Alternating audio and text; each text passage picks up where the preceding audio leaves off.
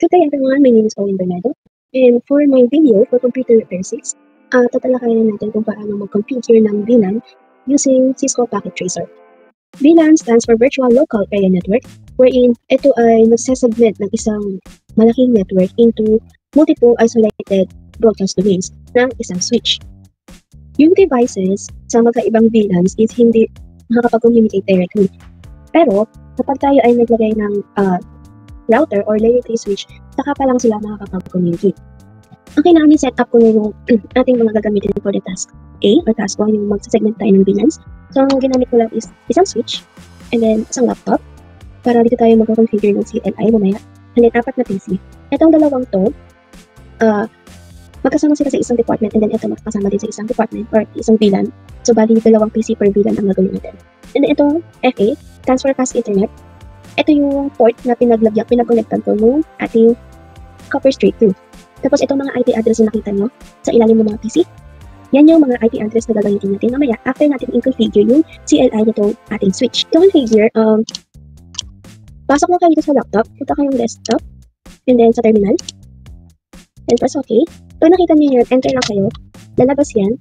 So ang una nating ito-type is N, or short for enable, and then conf-d. Tapos, ang gagawin natin is gagawin muna tayo ng VLANs natin. We have 2 VLANs.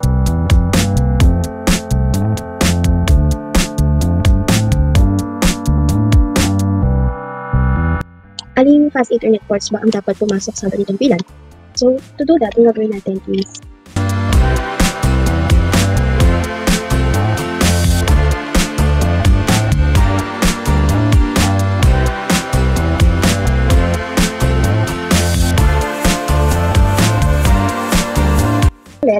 and then verify lang natin na pumasok na yung dalawang yun dun sa VLANs by typing show VLAN.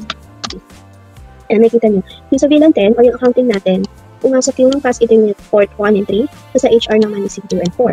So meaning, goods na yung tasking natin. Ngayon, gamitan naman natin sila ng router, tapos try natin ipag-ping ito dito, tapos pag gumana yun, okay yun. Pero try natin i-ping itong kahit anong sa dalawang to dito, sa kahit anong sa dalawa dito, dapat magre-request timeout siya sa unang beses, tapos the rest doon, magre-reply dapat. Kapag okay na yun, kapag nag-reply na, meaning, nare-direct tayo or nag-communicate pa rin sila, pero hindi agaran.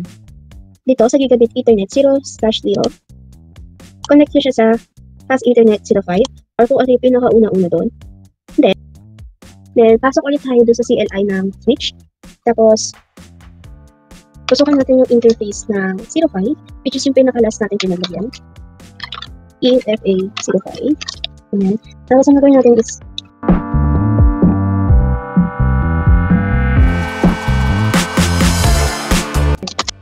okay, yan dapat yung nalabas na yun. Pupunta tayo ngayon dito.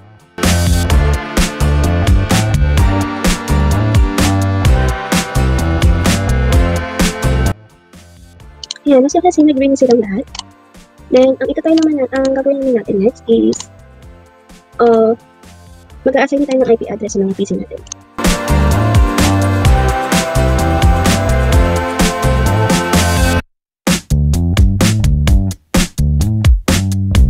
Try natin sila ipag-ping. Try natin i-ping ito. Okay. So, dapat at first, request timeout, and then yung matitirang tatlo is reply.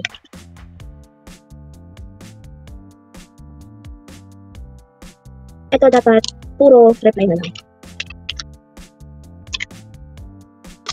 Ito, puro reply lang siya. So, meaning, itong configuration natin is successful.